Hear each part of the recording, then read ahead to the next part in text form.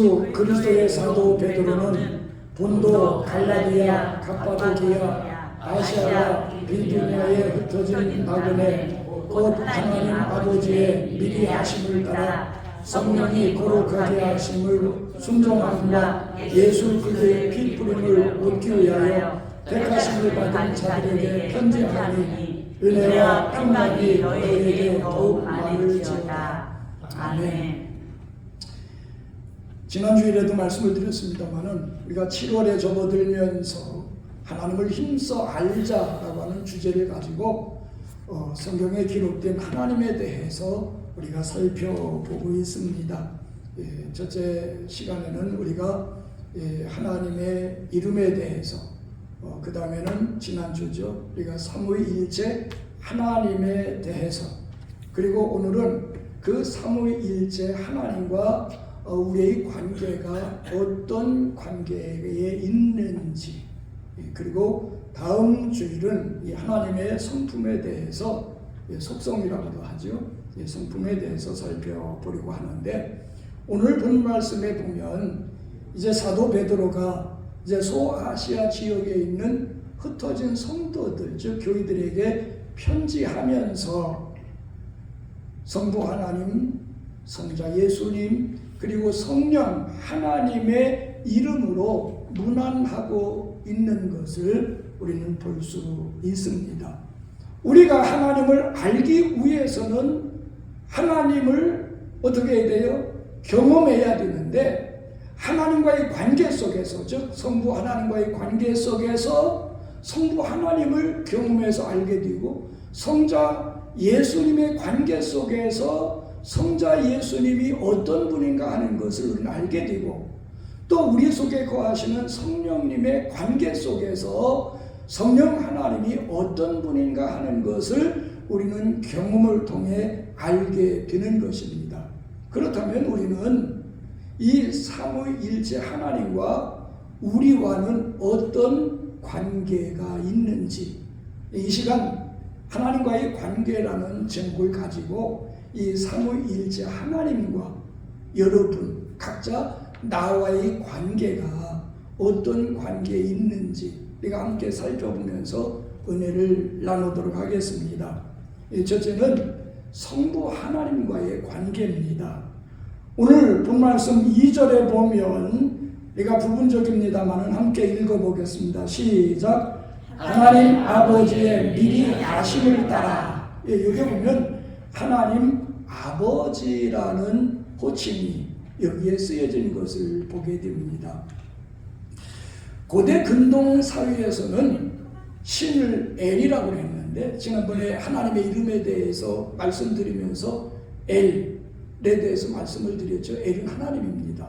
그래서 이스라엘 하면 하나님으로부터 힘을 얻어 강하게 된 자라고 하는 그런 뜻을 지녔다고 그랬죠. 근데 이 엘을 믿지 않는 하나님을 알지 못하는 사람들도 엘하면 신이니까 그 신을 아버지라고 불렀습니다. 또 구약시대에도 마찬가지입니다. 이 구약시대에도 이스라엘 백성들은 하나님을 아버지라고 불렀습니다. 그래서 우리 신명기 32장 6절 한번 같이 읽어보겠습니다. 시작. 어리석고 지혜 없는 백성아 여호와께 이같이 보답하느냐 그는 내 아버지시요 너를 지으신 이가 아니시냐 그가 너를 만드시고 너를 세우셨다. 할렐루야. 여기에 보면 이 선민 이스라엘 백성들 하나님께 택하심을 받고 구원하심을 받고 하나님과 더불어 살아가는 이스라엘 민족 공동체는 여호와 하나님을 뭐라고 불렀다고요? 아버지라고 불렀습니다. 여호와 하나님이 그들에게 아버지가 되어주셨다고 하는 사실입니다. 그렇다면 이스라엘 백성들은 하나님을 여호와 하나님을 왜 아버지라고 불렀습니까? 오늘 저나 여러분도 하나님을 부를 때 뭐라고 불러요? 아버지 하나님. 하나님 아버지라고 부릅니다. 그럼 왜 하나님을 아버지라고 부릅니까? 여기에 아버지라고 하는 그 헬라어의 뜻은 어떤 면에서 아버지, father, 아버지라고 하는 의미도 되고, 그 다음에 족장이나 조상이라고 하는 뜻을 지니고 있습니다. 다시 말씀드리면 아버지 하면 어떤 면에서는 공급자입니다. 우리에게 생명을 주시고 또 성장할 때나 성장한 후에나 모든 것을 책임져 주고 이 뒤에서 필요한 모든 것을 공급해 주시는 분이 바로 아버지십니다. 그래서 신명기 조금 전에 함께 읽어봤습니다마는 그는 내 아버지시다. 왜 아버지가 되시냐? 그는 너를 지으신 자시고 또 너를 만드시고 너를 선민 이스라엘로 하나님의 백성으로 하나님의 자녀로 세우셨기 때문에는 너의 아버지다 라고 말씀하고 있는 겁니다. 그렇다면 저나 여러분들이 하나님을 아버지라 부를 수 있는 이유는 어디에 있습니까? 다시 말씀드리면 누가 하나님을 아버지라 부를 수 있습니까? 그것은 바로 예수 그리스도를 믿고 구원받은 사람입니다. 요한복음 1장 12절에서 13절 같이 한번 읽어봅니다. 시작. 영접하는 자 곧 그 이름을 믿는 자들에게는 하나님의 자녀가 되는 권세를 주셨으니 이는 혈통으로나 육정으로나 사람의 뜻으로 나지 아니하고 오직 하나님께로부터 난 자들이니라. 아멘. 이건 하나님께로부터 났다. 우리가 예수 믿고 구원받을 때 말씀과 성령으로 거듭나게 되는데 이 거듭남은 바로 하나님의 자녀로 태어나는 겁니다. 영적으로 태어나게 되는 것이죠. 그렇기 때문에 하나님을 아버지라 부를 수 있게 된 겁니다. 여기에 권세를 주셨다고 하는 원어의 의미는 권리라고 하는 뜻이 됩니다. 그러니까 오늘 우리는 하나님 아버지, 우리의 아버지가 되시니까 아버지는 공급자이십니다.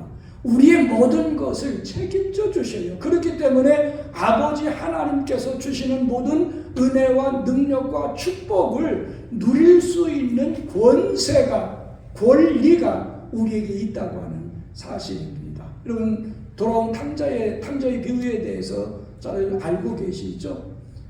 이 둘째 아들이 돼지치기 하는 데서 회개하고 돌이켜 아버지께로 오니까 아버지가 목욕을 시키고 제일 좋은 옷을 입히고 가락지를 끼우고 신의 신발을 시켰어요. 그건 아들로서의 권세를 회복시켜 준 겁니다. 따라서 오늘 우리가 예수를 믿었기 때문에 하나님 아들로서의 권리가 있다 뿐만이 아닙니다. 바로 우리에게는 하나님의 영, 성령이 계시기 때문에 그렇습니다. 로마서 8장 15절 같이 한번 읽어보겠습니다. 시작. 너희는 다시 무서워하는 종의 영을 받지 아니하고 양자의 영을 받았으므로 우리가 아빠, 아버지라 부르짖느니라. 아멘. 우리 안에 그리스도의 영, 성령이 계시기 때문에 그 성령의 그 중보로 그 양자의 영이죠. 성령으로 말미암아 우리는 하나님을 아버지라 부를 수 있게 된 것입니다. 아까도 말씀드렸습니다.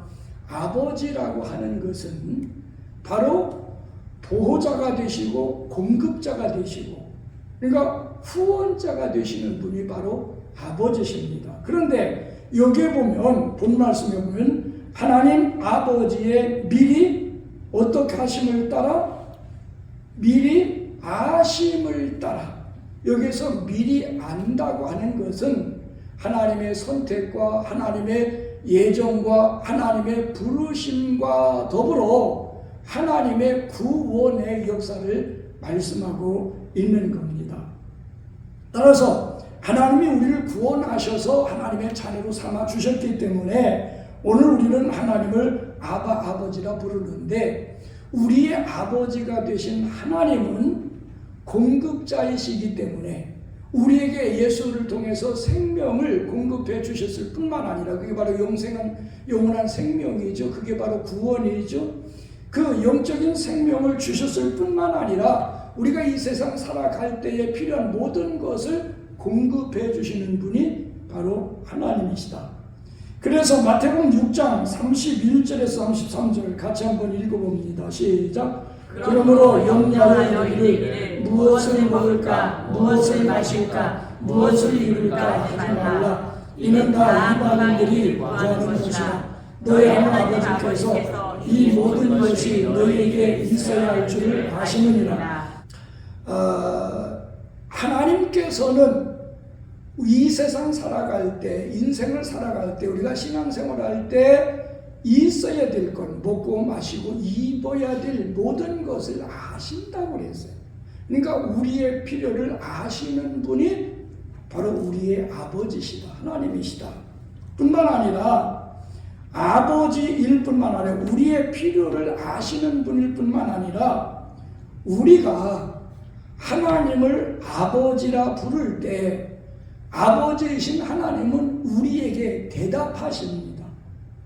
여러분, 여러분의 자녀들이 여러분을 부를 때, 아빠, 엄마라고 부를 때 외면하고 가만히 있는 사람이 있어요?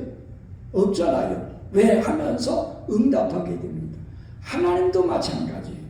그래서 이사야 58장 9절에 보면 같이 한번 읽어봅니다. 시작. 내가 부를 때에는 나 여호와가 응답하겠고 내가 부르짖을 때에는 내가 여기 있다 하리라. 아멘. 하나님의 이름을 부를 때 하나님이 응답하겠다고 분명히 말씀하셨어요. 그리고 우리가 기도하다 보면 그래 내가 여기 있다 하나님이 말씀하겠다고 약속하셨습니다. 그리고 마태복음 7장 9절에서 11절 같이 한번 읽어봅니다. 시작. 너희 중에 누가 아들이 떡을 달라 하는데 돌을 주며 생선을 달라 하는데 뱀을 줄 사람이 있겠느냐. 너희가 악한 자라도 좋은 것으로 자식에게 줄 줄 알거든.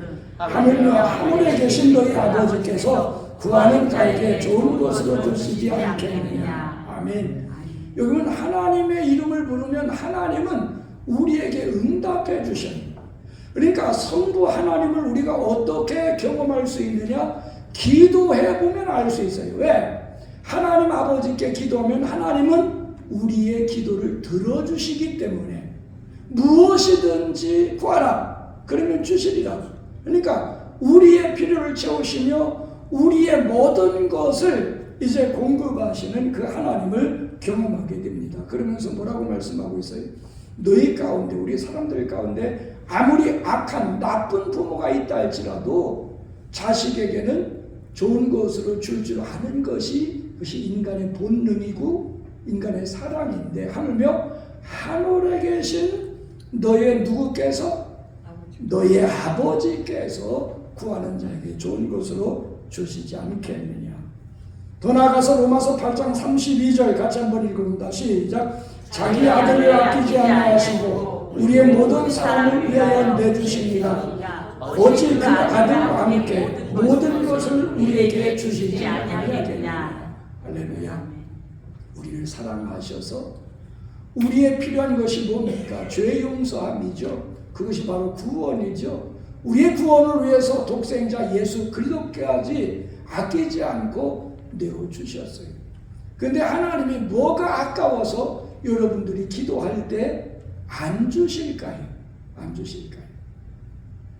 하나님은 반드시 응답하시겠다고 약속하셨습니다. 따라서 우리 성부 하나님은 우리의 아버지, 그러니까 하나님은 아버지시고 우리는 그의 아들, 자녀와의 관계입니다. 성부 하나님과의 관계는. 그렇기 때문에 우리는 무엇이든지 하나님께 구해서 공급받을 권리가 있어요. 그래서 기도해서 응답 받다 보면 아버지 하나님이 어떤 분이다, 얼마나 능력이 크고 마음이 넓으시고 정말 사랑이 많으신가 하는 것을 경험하게 됩니다. 따라서 오늘 이 말씀을 통해서 여러분 하나님께 기도하고 공급자이신 아버지로부터 공급받는 삶을 통해서 하나님을 경험하고 하나님을 알아갈 수 있게 되기를 주님의 이름으로 축원드립니다. 그 다음에 두 번째는 성자 하나님 예수 그리스도와의 관계입니다.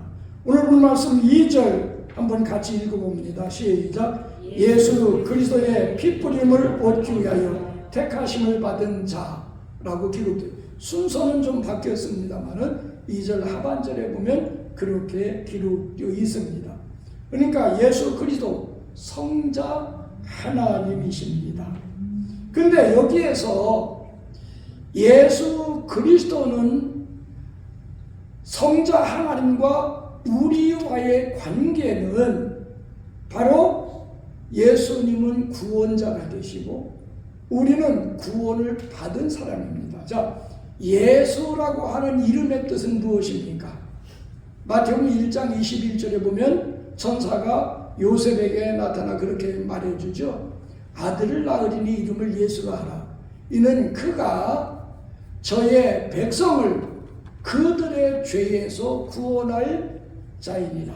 그러니까 예수라고 하는 이름의 뜻은 자기 백성을 그들의 죄에서 구원할 자이에요.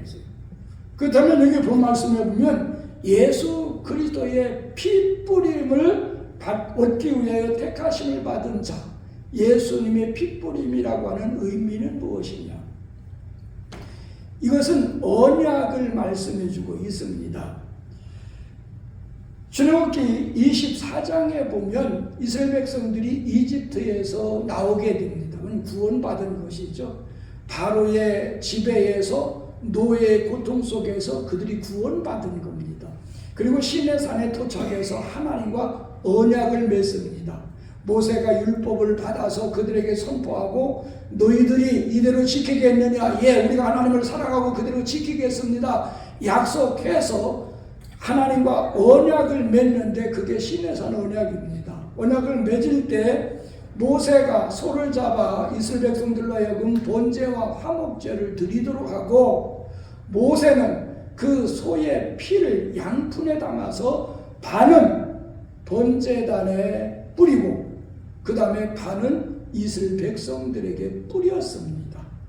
그러므로 말미암아 하나님과의 언약이 이루어졌어요. 그것이 시내산 언약이고 또 우리가 흔히 말하는 옛 언약입니다.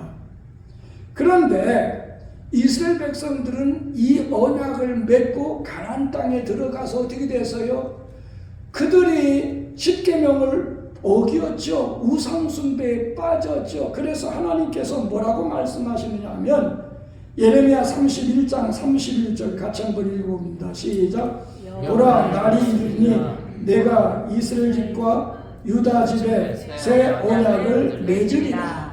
하나님이 그렇게 작정하셨어요. 왜냐하면 옛 언약을 이스라엘 백성들이 파괴해버렸어요.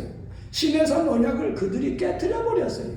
그래서 내가 새 언약을 맺겠다. 하나님께서 그렇게 계획하셨고, 그리고 누가복음 22장 20절에 보면 예수님께서 제자들과 마지막 만찬을 나누신 즉 십자가를 지시기 전날 밤에 그렇게 말씀하셨습니다. 같이 한번 읽어봅니다. 시작.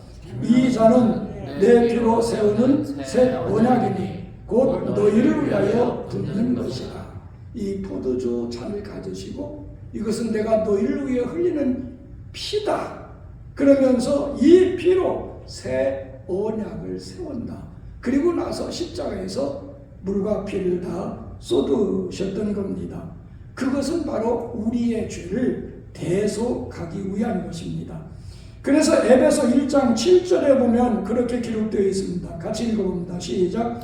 우리는 그리스도 안에서 그의 은혜의 풍성함을 따라 그의 피로 말미암아 속량 곧 죄사함을 받았느니라. 로마 3장 24절 시작.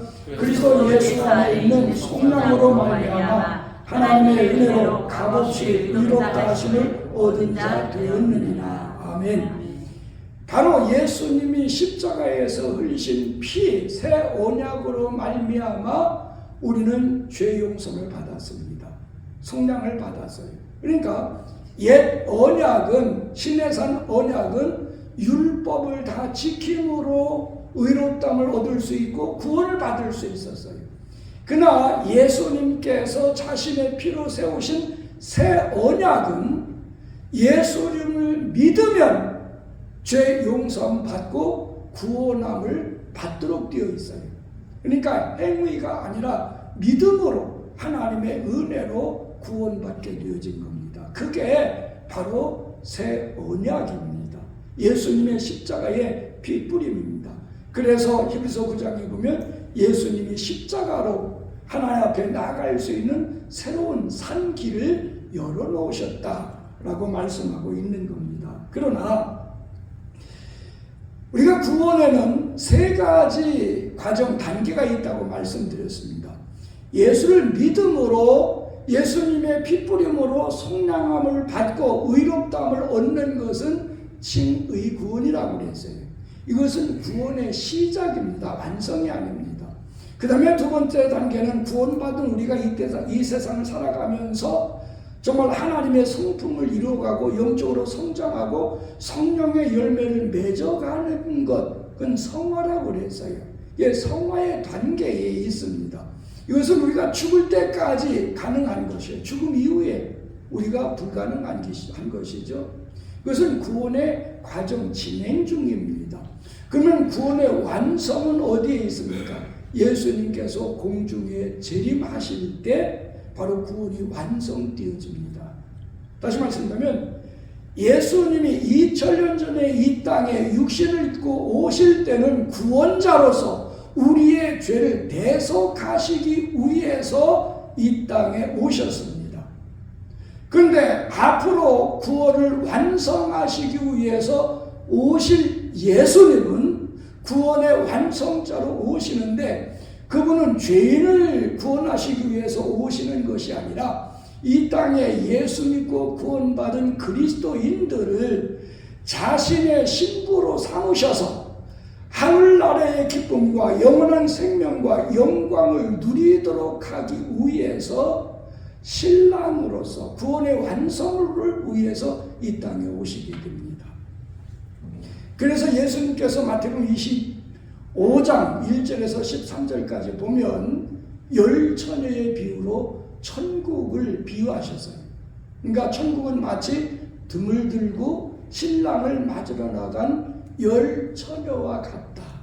여기에서 신랑은 예수 그리스도 다시 오실 주님을 가리키고 있죠. 거기에 열처녀는 누굽니까? 바로 미련하든 지혜롭든 오늘날 교회 안에 있는 그리스도인들을 가리키고 있는 겁니다. 따라서 바로 이렇게 구원이 완성될 때 이것을 요한계시록 19장에 보면 어린 양의 혼인잔치로 묘사하고 있는 것을 보게 됩니다.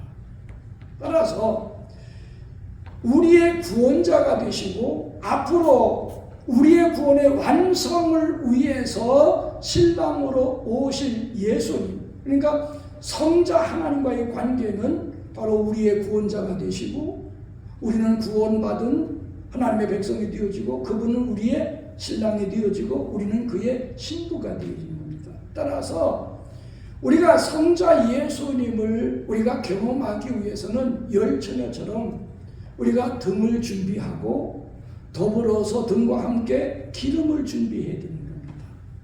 등은 뭐라고 그랬어요? 착한 행실을 가리킨다고 그랬죠. 그 다음에 기름은 뭡니까? 착한 행실의 원동력인 성령의 능력을 가리킨다고 그랬습니다. 따라서 우리가 주님을 사랑하고 주님이 오실 때를 사모하면서 우리가 착한 행실로 이제 요한계시록 19장에 보면 어린 양의 혼인잔치로 묘사하면서 이제 그 아내가 준비가 되었으므로 그들에게 빛나고 깨끗한 세마포 옷을 입도록 허락하셨으니 이는 성도들의 옳은 행실이라고 그랬어요.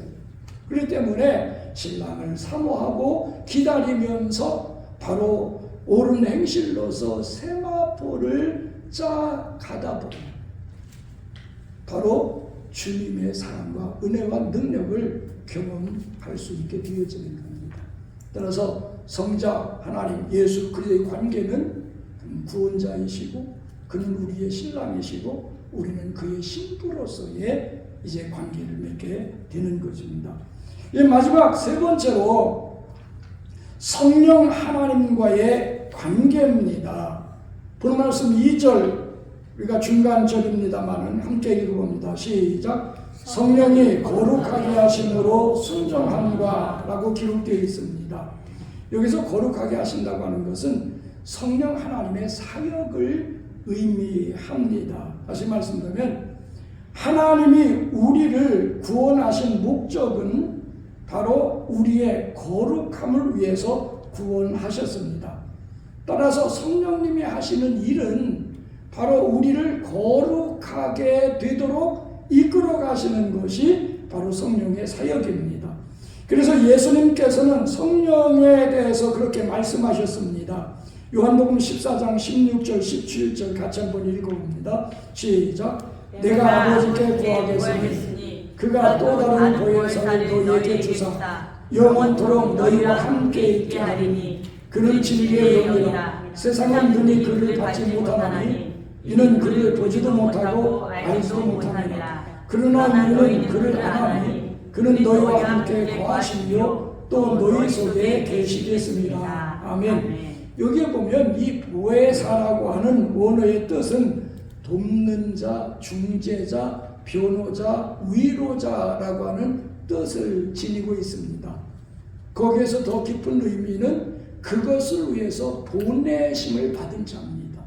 그러니까 이 성령 하나님은 하나님으로부터 보내심을 받아서요. 누구를 위해서? 저나 여러분들을 위해서. 저나 여러분들을 중재하고 변호하고 위로하고 돕는 자로서 우리를 보내셨어요. 근데 어떻게 돕느냐? 26절에 보면 이제 이 성령의 사역에 대해서, 보혜사의 사역에 대해서 그렇게 기록되어 있습니다. 같이 한번 읽어봅니다. 시작. 보혜사 곧 아버지께서 내 이름으로 보내실 성령, 그가 너에게 모든 것을 가르치고 내가 너에게 말한 모든 것을 생각하게 하리라. 아멘. 여기에 보면 성령의 사역은 우리에게 모든 것을 가르쳐 주시고 예수님 말씀, 성경 말씀을 생각나게 하셔요. 무엇을 위해서? 우리의 거룩함을 위해서, 우리가 거룩하게 되어지기 위해서 성령께서 그렇게 역사하고 계시는 겁니다. 따라서 오늘 우리는 거룩하게 되어야 되는데 왜? 그것이 하나님이 우리를 구원하신 목적이기 때문에 그렇습니다. 그렇다면 우리는 어떻게 하면 우리가 이 거룩함을 이룰 수 있느냐? 여기 보면 성령이 거룩하게 하심으로 무엇 해야 된다? 순종함과, 그러니까 성령의 가르치심, 성령의 생각나게 하심, 우리가 그것을 다른 말로 표현한다면 감화 감동이라고 말씀을 드렸어요. 그러니까 성령의 감화 감동하심에 민감하게 반응하고 그 가르치심에 순종할 때 바로 우리는 거룩함을 이루어 나갈 수 있는 겁니다. 따라서 이 성령은 보혜사이신데 그 보혜사 성령은 우리를 거룩하게 하는 능력이 되셔요. 그러니까 우리가 그 말씀에 순종할 때 우리는 그 능력으로 거룩함을 이루어 나가게 된다고 하는 사실입니다. 결론적으로 말씀을 드립니다. 에베소 3장 19절에 보면 같이 한번 읽어봅니다. 시작. 그 넓이와 길이와 높이와 길이가 어떠함을 깨달아 하나님의 모든 충만하신 것으로 너희에게 충만하게 하시기를 구하노라. 아멘. 여기에 보면 이 그 저절에 보면 그리스도께서 믿음으로 너희 안에 거하시고, 그러니까 예수님을 우리 안에 영접한 우리 그리스도인들은 지금 말씀을 드렸습니다. 성부 하나님과의 관계 속에서 하나님을 경험해서 알고 성자 예수님과의 관계 속에서 바로 그분을 경험하고 그분을 알아가고 성령 하나님과의 관계 속에서 그분을 경험하고 그분을 알아갈 때 우리는 하나님에 대해서 알고 또 사랑하고 그분을 섬겨나가는 범위가 넓어지게 됩니다.